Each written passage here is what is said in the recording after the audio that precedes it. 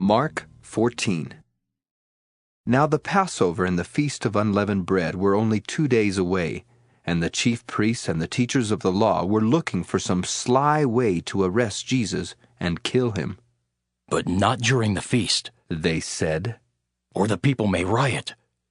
While he was in Bethany, reclining at the table in the home of a man known as Simon the leper, a woman came with an alabaster jar of very expensive perfume, made of pure nard. She broke the jar and poured the perfume on his head. Some of those present were saying indignantly to one another, "Why this waste of perfume? It could have been sold for more than a year's wages and the money given to the poor." and they rebuked her harshly.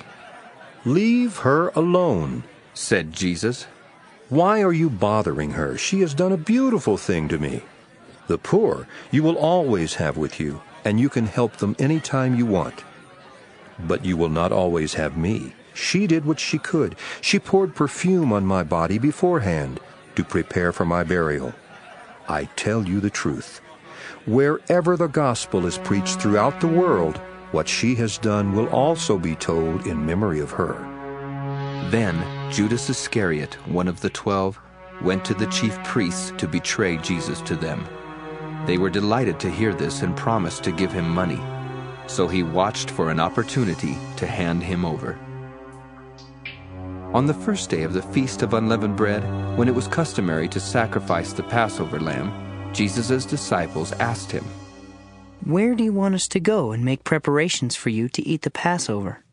So he sent 2 of his disciples, telling them, "Go into the city, and a man carrying a jar of water will meet you. Follow him. Say to the owner of the house he enters, 'The teacher asks, where is my guest room where I may eat the Passover with my disciples?' He will show you a large upper room, furnished and ready. Make preparations for us there." The disciples left, went into the city, and found things just as Jesus had told them. So they prepared the Passover. When evening came, Jesus arrived with the 12. While they were reclining at the table eating, he said, "I tell you the truth. One of you will betray me, one who is eating with me." They were saddened, and one by one they said to him, "Surely not I." Not I. "It is one of the 12, He replied. one who dips bread into the bowl with me. The Son of Man will go just as it is written about him. But woe to that man who betrays the Son of Man. It would be better for him if he had not been born." While they were eating, Jesus took bread, gave thanks and broke it, and gave it to his disciples, saying, "Take it. This is my body." Then he took the cup, gave thanks and offered it to them, and they all drank from it. "This is my blood of the covenant, which is poured out for many. He said to them, I tell you the truth. I will not drink again of the fruit of the vine until that day when I drink it anew in the kingdom of God."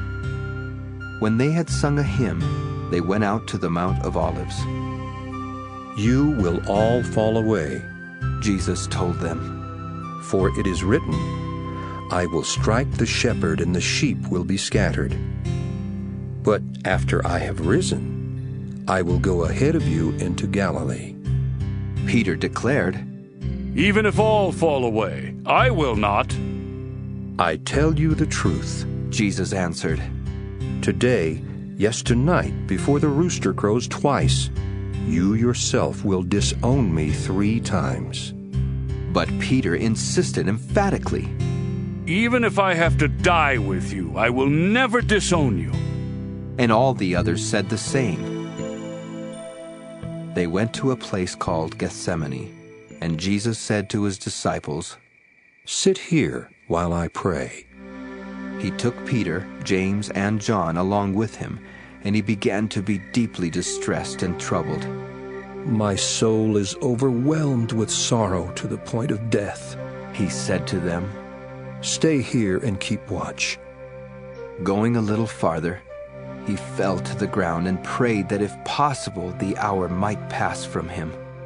"Abba, Father," He said, "everything is possible for you. Take this cup from me. Yet not what I will, but what you will." Then he returned to his disciples and found them sleeping. "Simon," He said to Peter, "are you asleep? Could you not keep watch for 1 hour? Watch and pray so that you will not fall into temptation. The spirit is willing, but the body is weak." Once more he went away and prayed the same thing. When he came back, he again found them sleeping because their eyes were heavy. They did not know what to say to him. Returning the third time, he said to them, "Are you still sleeping and resting? Enough! The hour has come. Look, the Son of Man is betrayed into the hands of sinners. Rise, let us go. Here comes my betrayer." Just as he was speaking, Judas, one of the 12, appeared. With him was a crowd armed with swords and clubs, sent from the chief priests, the teachers of the law, and the elders. Now the betrayer had arranged a signal with them. "The one I kiss is the man. Arrest him and lead him away under guard." Going at once to Jesus, Judas said, "Rabbi," and kissed him. The men seized Jesus and arrested him. Then one of those standing near drew his sword and struck the servant of the high priest, cutting off his ear. "Am I leading a rebellion?" Said Jesus. "That you have come out with swords and clubs to capture me? Every day I was with you, teaching in the temple courts, and you did not arrest me. But the scriptures must be fulfilled." Then everyone deserted him and fled. A young man wearing nothing but a linen garment was following Jesus. When they seized him, he fled naked, leaving his garment behind. They took Jesus to the high priest, and all the chief priests, elders, and teachers of the law came together. Peter followed him at a distance, right into the courtyard of the high priest. There he sat with the guards and warmed himself at the fire. The chief priests and the whole Sanhedrin were looking for evidence against Jesus so that they could put him to death, but they did not find any.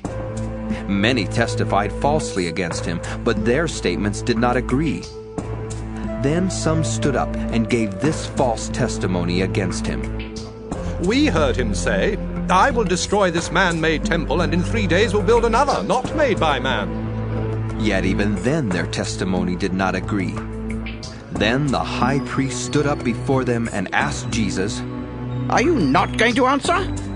What is this testimony that these men are bringing against you?" But Jesus remained silent and gave no answer. Again the high priest asked him, "Are you the Christ, the Son of the Blessed One?" "I am," said Jesus. "and you will see the Son of Man sitting at the right hand of the Mighty One and coming on the clouds of heaven." The high priest tore his clothes. "Why do we need any more witnesses?" He asked. "You have heard the blasphemy. What do you think?" They all condemned him as worthy of death. Then some began to spit at him. They blindfolded him, struck him with their fists, and said, "Prophesy!" And the guards took him and beat him.